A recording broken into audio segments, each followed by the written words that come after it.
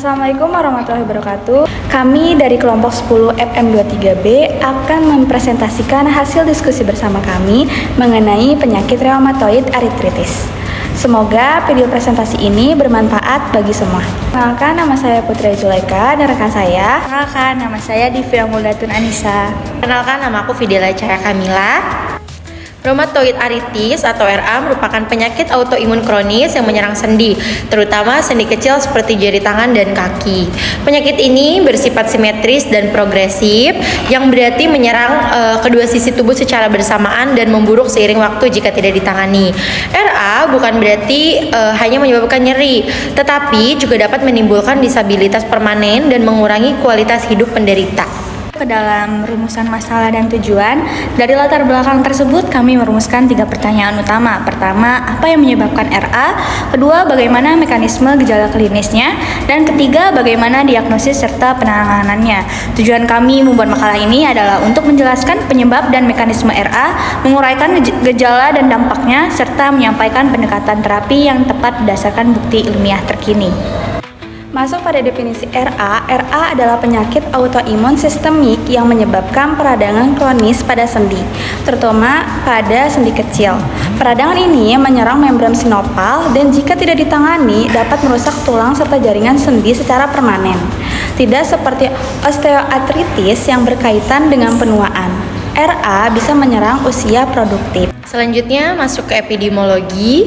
Secara global, prevalensi LA berada di angka 0,5 hingga 1%, dengan insiden lebih tinggi pada wanita daripada pada pria. Sekitar 3:1. RA lebih banyak ditemukan di usia 30 sampai 60 tahun dan lebih umum di negara beriklim dingin. Selanjutnya, patofisiologi.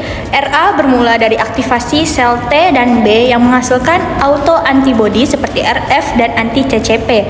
Ini memicu pelepasan sitokin, poin inflamasi seperti TNF alpha, IL-1 dan IL-6 yang memperkuat peradangan sinovial. Terbentuklah panus, jaringan granulasional yang merusak tulang dan kartilago. Masuk pada etiologi, penyebab pasti RA belum diketahui, namun kombinasi faktor genetik dan lingkungan sangat berpengaruh. Individu dengan HLA-DR4 atau HLA-DR1 memiliki resiko lebih tinggi.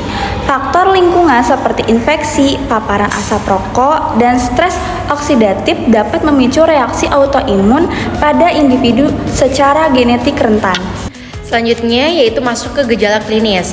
Gejala RA khasnya adalah nyeri sendi simetris, kekakuan pada pagi hari lebih dari 30 menit, pembengkakan dan kemerahan.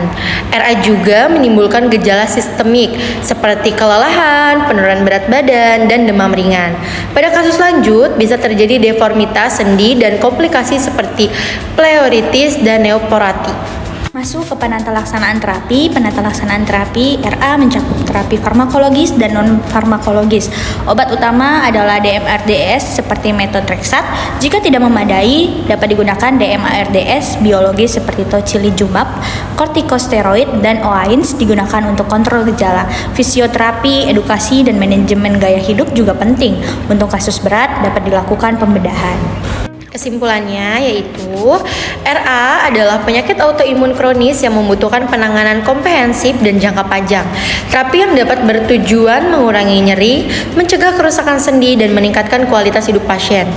Deteksi dini dan pendekatan multidisiplin menjadi kunci dalam mengendalikan dampak penyakit ini. Sekian presentasi dari kelompok kami, kurang lebihnya mohon maaf. Wassalamualaikum warahmatullahi wabarakatuh.